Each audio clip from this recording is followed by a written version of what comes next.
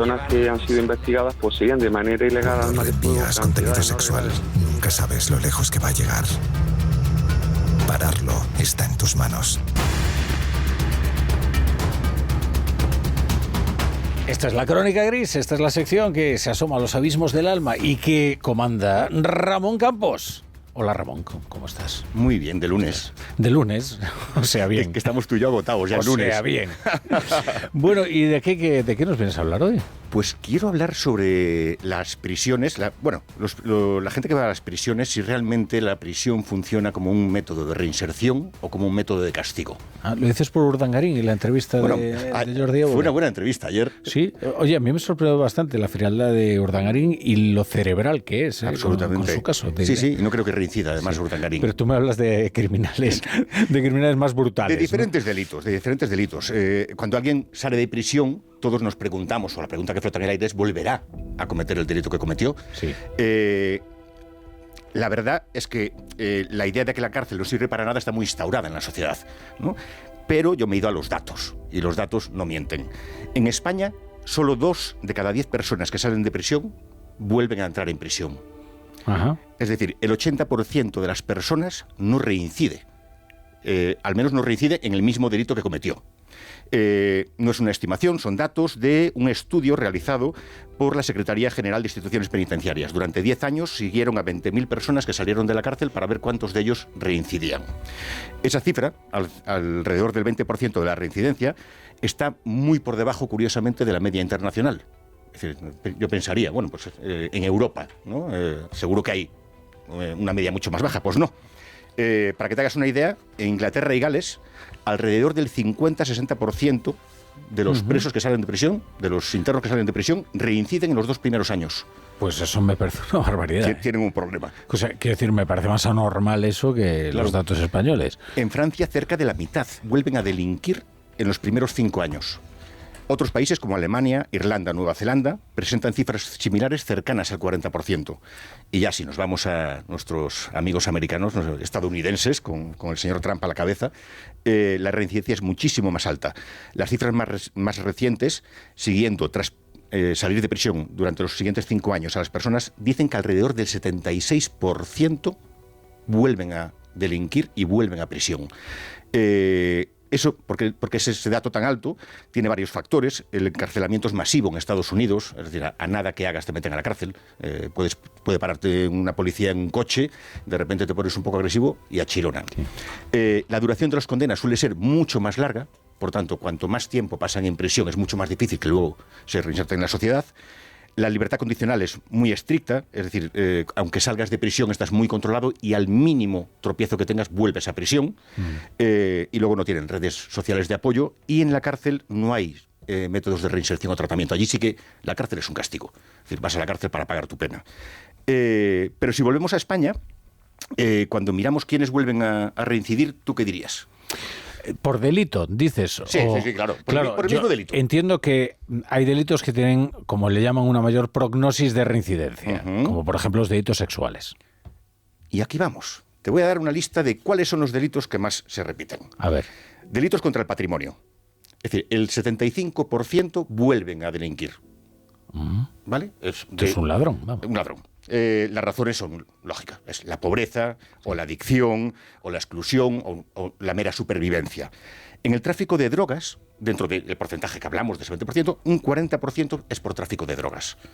Es decir, la gente que fue condenada por tráfico de drogas vuelve a reincidir en un 40%. Porque probablemente al salir vuelve a meterse en el mismo ambiente y termina en las mismas dinámicas. O dentro de la prisión no llegan a salir nunca del ambiente de la droga. Porque también se mueve mucha droga en la prisión. La violencia de género es un 40%.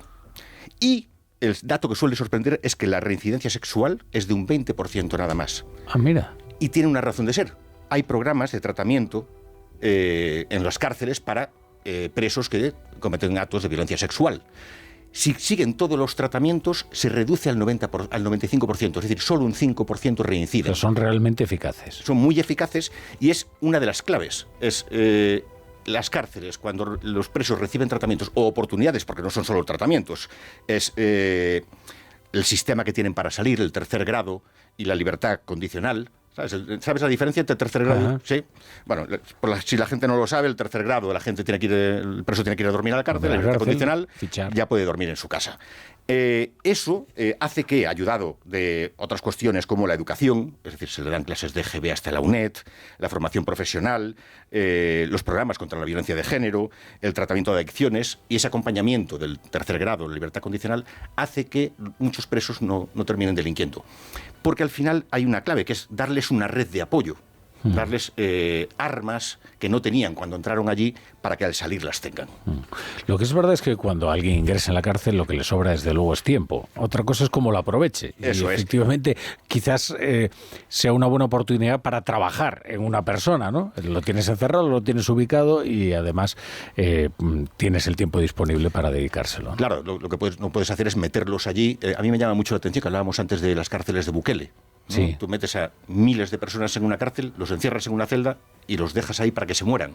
Es decir, bueno, es posiblemente la situación de El Salvador no es... Bueno, posiblemente no. Afortunadamente no es la de ningún otro país. Seguro. Y son bandas... Digamos que la tasa de delitos violentos, claro, no es la misma. Claro, exactamente. Sí, efectivamente. Pero bueno, creo que entre meterlos en un agujero y dejarlos que se mueran y darles una oportunidad de que salgan a la sociedad, creo que lo segundo es lo adecuado. Sí. Bueno, por otro lado, probablemente el último círculo del infierno sea una cárcel salvadoreña. Quiero decir, si tuviéramos que elegir el tipo de cárcel en el que quisiéramos estar, desde luego ni Salvador, ni Guatemala, ni... España está bien para eso. Díselo a Daniel Sancho. Sí parece, y dicen que Soto del Real especialmente, pero es verdad que pues, dicen que es una clave. Conste una cosa, a veces hablamos muy a la ligera de la experiencia de la cárcel, y es verdad que en Soto del Real probablemente sean unas condiciones de mayor comodidad, si es que se puede hablar en esos términos, pero yo sostengo que un lugar donde lo primero que hacen es quitarte los cordones de los zapatos y el cinturón para evitar que te suicides no puede ser un buen lugar. No, absolutamente, y además cuando hablas con juristas o cuando hablas con guardia civil o policía, lo que te dicen es, mucha gente dice, qué poca pena le ha caído a este por este delito. Y dice, claro, es que un año en la cárcel es un año en la cárcel. Es que, cuidado, hay que vivirlo, pasarlo, claro. Hay que pasarlo, sí, porque a veces se habla muy a la ligera de esto y no es así. Eso es, cuando ayer escuchaba a Urdangarín, la sensación era de, wow, este pavo ha pasado un infierno ahí. Este tío, y bien que estuviera. Probablemente se destruyó y se tuvo que volver a construir después, ¿eh? Tal cual. Luego, ¿quién reincide en España? Son mayoritariamente hombres. Casi el 95% de los que reinciden son hombres. Es verdad que hay muchos más hombres en la cárcel, pero el 95% son hombres. Normalmente españoles, 9 de cada 10 son españoles.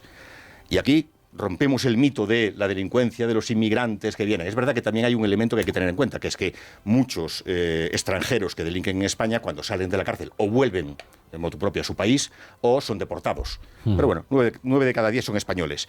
Y mayoritariamente jóvenes. Es decir, en esto también la edad importa. Cuando nos vamos haciendo mayores, hasta apetece menos delinquir. Entre los menores de 30 años, reincide aproximadamente 1 de cada 3. Sí, es decir, ya no estoy para delinquir. Eso es. Hombre, para lo que me queda en el convento... Se me ha pasado el arroz. Y a partir de los 50 años es 1 de cada 10. Es un 10% de diferencia según la edad. Bueno, es una... Claro, también es verdad que hay una diferencia hormonal bastante importante, ¿no?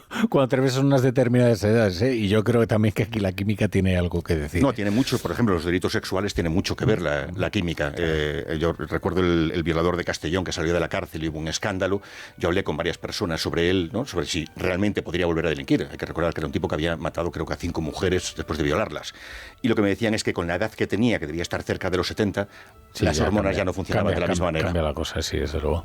Bueno, ha habido delincuentes sexuales que pidieron para sí la castración química, ¿no? Sí, lo que pasa es que tiene un riesgo la castración química, porque lo que dicen los especialistas es que el impulso no viene del sexo. Por tanto, si tienen castración química pueden, igual que pastillas, pueden acabar cometiendo delitos sexuales con objetos. Claro. Porque el impulso lo siguen teniendo. Entonces puede ser incluso peor para las víctimas. Qué barbaridad. Ya ves, así de lunes. Así de lunes, así viene la Crónica Gris.